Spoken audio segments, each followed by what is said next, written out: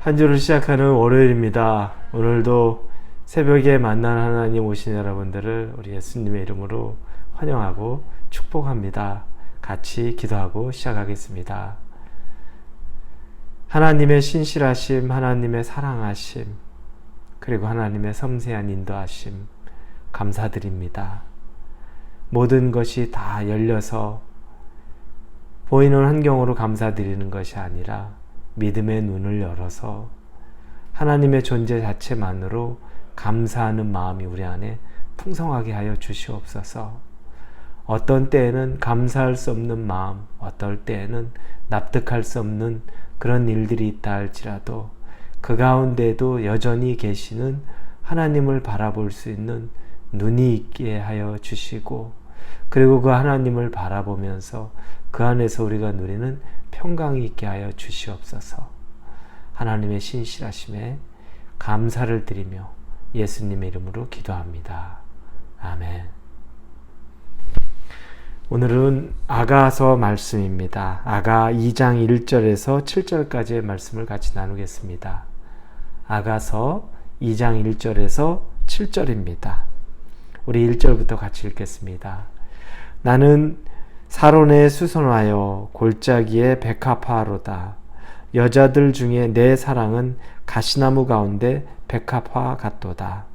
남자들 중에 나의 사랑하는 자는 숲풀 가운데 사과나무 같구나. 내가 그 그늘에 앉아서 심히 기뻐하였고 그 열매는 내 입에 달았도다. 그가 나를 인도하여 잔치집에 들어갔으니 그 사랑은 내 위에 깃발이로구나. 너희는 건포도로 내 힘을 돋고 사과로 나를 시원하게 하라. 내가 사랑함으로 병이 생겼음이라. 그가 왼팔로 내 머리를 고이고 오른팔로 나를 안는구나. 예루살렘 딸들아, 내가 노루와 들사슴을 두고 너희에게 부탁한다. 내 사랑이 원하기 전에는 흔들지 말고 깨우지 말지니라. 아멘.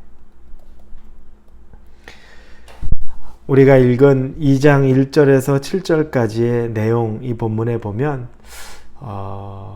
신부라고 말할 수 있는 술람미 여인과 또 신랑이라고 말하는 솔로몬이 서로 대화를 주고받는 장면이 앞에 3절까지 나오고, 그리고 4절부터는 술람미 여인이 신랑 솔로몬에 대한 그런 어떤 사랑 때문에 겪는 어떤 병이라고 표현할 정도로 애달는 모습을 우리가 보게 됩니다. 본문에 보면 먼저 1절에 나는 사론에 수선하여 골짜기에 백합화로다. 이 부분은 술람미 여인이 자기에 대해서 표현하는 장면입니다. 자기 자신은 샤론이라는 곳에 있는 수선하여 골짜기에 백합화로다. 그 땅에 그 평원 가운데 수선화나 또 골짜기의 백합화는 평범한 꽃을 말합니다. 대단히 화려하거나 대단히 아름답거나 특출난 그런 꽃이나 그런 나무가 아니라는 겁니다. 수수하고 어디 가서든지 발견할 수 있는 평범한 그런 들판에, 평원에 있는 바로 그 꽃을 자기 자신을 그렇게 표현을 합니다. 그때 2절에 보니까 여자들 중에 내 사랑은 가시나무 가운데 백합화 같도다. 그 이야기를 들은 신랑인 솔로몬이 말하죠.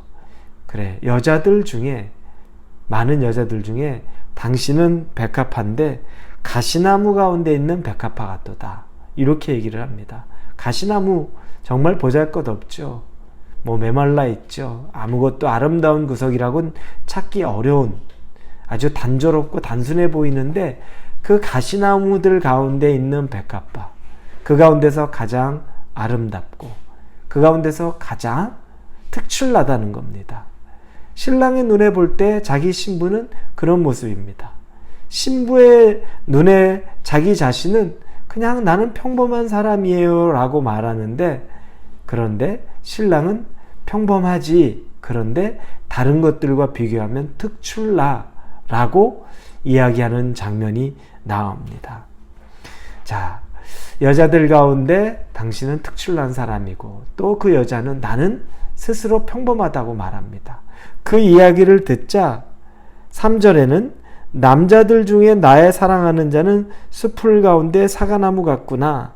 내가 그늘에 앉아서 심히 기뻐하였고 그 열매는 내 입에 달았도다. 당신은요, 남자들 가운데 그냥 숲풀 가운데 있는 무성한 그 풀 가운데 있는 사과나무 같아요. 독보적이에요. 아주 특출나요.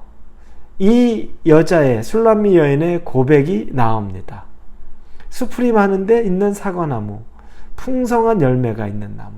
그래서 나는 그 밑에서 사과나무 아래에 내가 그늘에서 쉬면서 심히 기뻐하고 그 열매가 내게 너무 달아요. 이렇게 표현합니다. 세상에서 사랑하는 여인들이 이런 대화를 주고받는다 그러면 우리 낯뜨겁다 그러죠. 간지럽다고 막 이런 표현합니다. 누구든지 이런 사랑의 표현 얘기할 수 있죠. 그런데 여러분, 우리는 이 아가를 볼 때에는 예수님과 우리와의 관계, 신랑과 신부의 관계에서 이 말씀을 봐야 하는 겁니다. 여러분이 이 말씀을 본다면 나는 예수님 앞에 정말 저 보잘것없어요. 평범해요. 라고 얘기하면 예수님은 여러분에게 그래, 너 평범한데 그런데 네 평범함은 다른 그냥 가시나무 가운데 있는 평범한 백합화 같지만 나에겐 특출나. 이렇게 얘기합니다.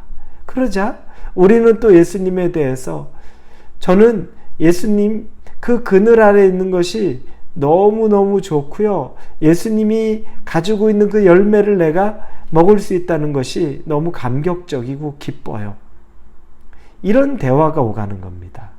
여러분, 이 신부는 신랑의 사랑을 통해서 자존감이 높아지는 겁니다. 그러면서 보니까 4절에 그가 나를 인도하여 잔치집에 들어갔으니 그 사랑은 내 위에 깃발이로구나. 이제 잔치집에 신랑이 나를 초대해서 갔는데 그 사랑은 내 위에 깃발이다. 내 위에 나붙긴 아주 자랑스러운 그 깃발이다. 나는 지금 너무너무 자랑스럽습니다.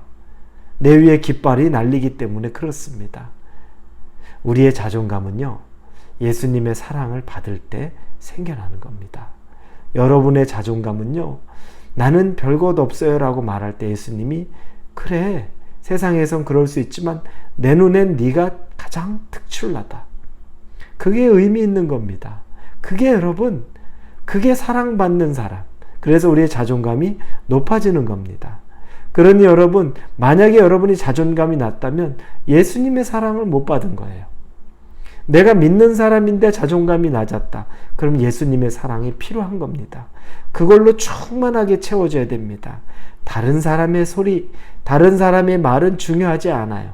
다른 사람이 뭐라고 한들 예수님이 나를 바라보는 그 눈빛과 사랑, 그걸 내가 충분히 믿고 받아들이면 나는 자존감이 사랑으로 충만해지는 겁니다. 그런데 이 여인이 그렇게 하고 다시 잔치집에 들어가서 있는데, 그런데 자기가 그 사랑하는 신랑 때문에 병이 날 지경이라고 말합니다.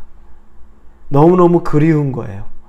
그래서 그가 왼팔로 내 머리를 고이고 오른팔로 나를 안는구나. 이렇게 얘기합니다. 여러분, 사랑 때문에 병이 나니까 나를 북돋워 주세요 라고 이야기합니다. 우리 예수님 때문에, 예수님에 향한 그 사랑 때문에 병이 납니까? 간절합니까?